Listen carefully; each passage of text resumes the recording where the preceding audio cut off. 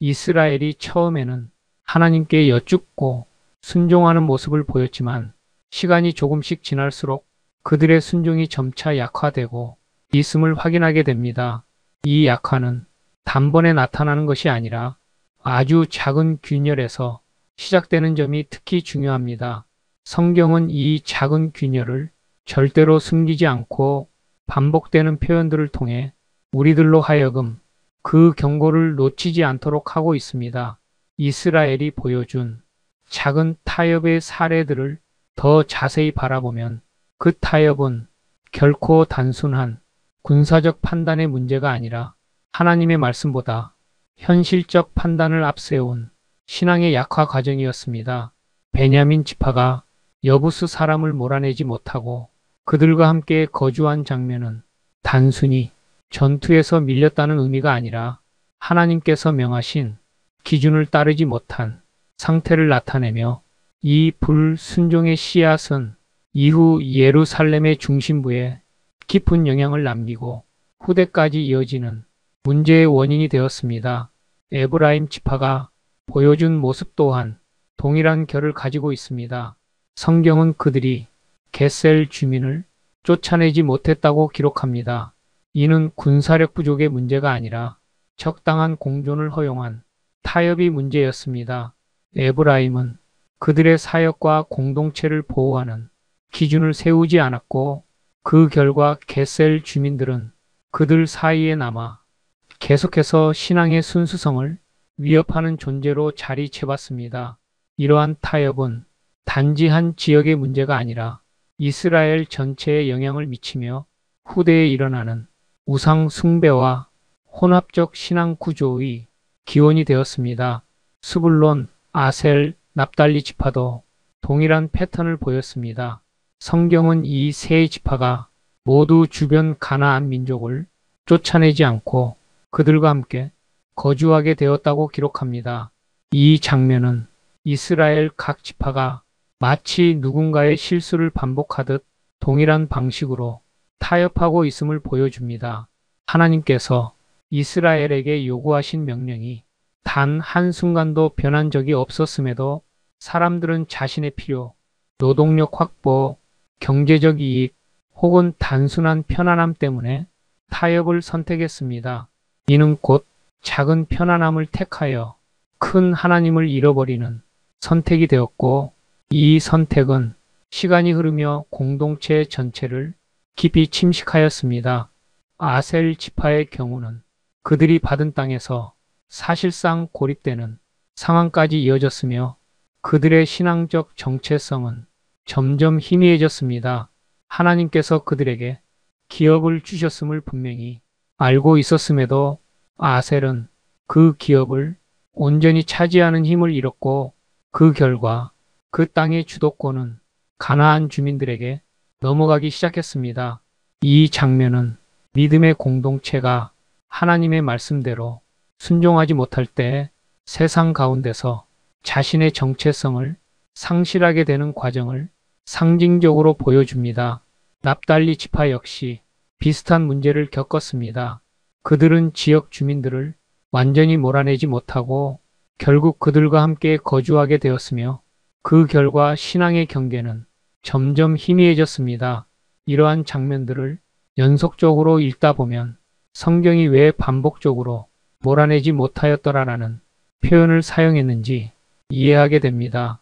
그것은 이스라엘의 실패가 단지 군사적 패배가 아니라 하나님의 명령에서 멀어지는 과정의 연속이라는 점을 강조하기 위함입니다. 이 모든 지파들의 사례를 통해 성경이 말하고자 하는 메시지는 한 가지로 정리됩니다.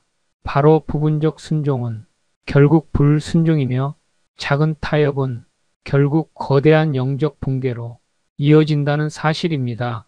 하나님께서는 이스라엘에게 가나안 주민들을 남겨두지 말라고 명하셨는데 그 이유는 단순히 종족 간의 갈등을 피하기 위한 것이 아니라 가나안 주민들이 가지고 있는 우상적 사고와 그들의 종교적 행위가 이스라엘의 신앙을 오염시키기 때문이었습니다.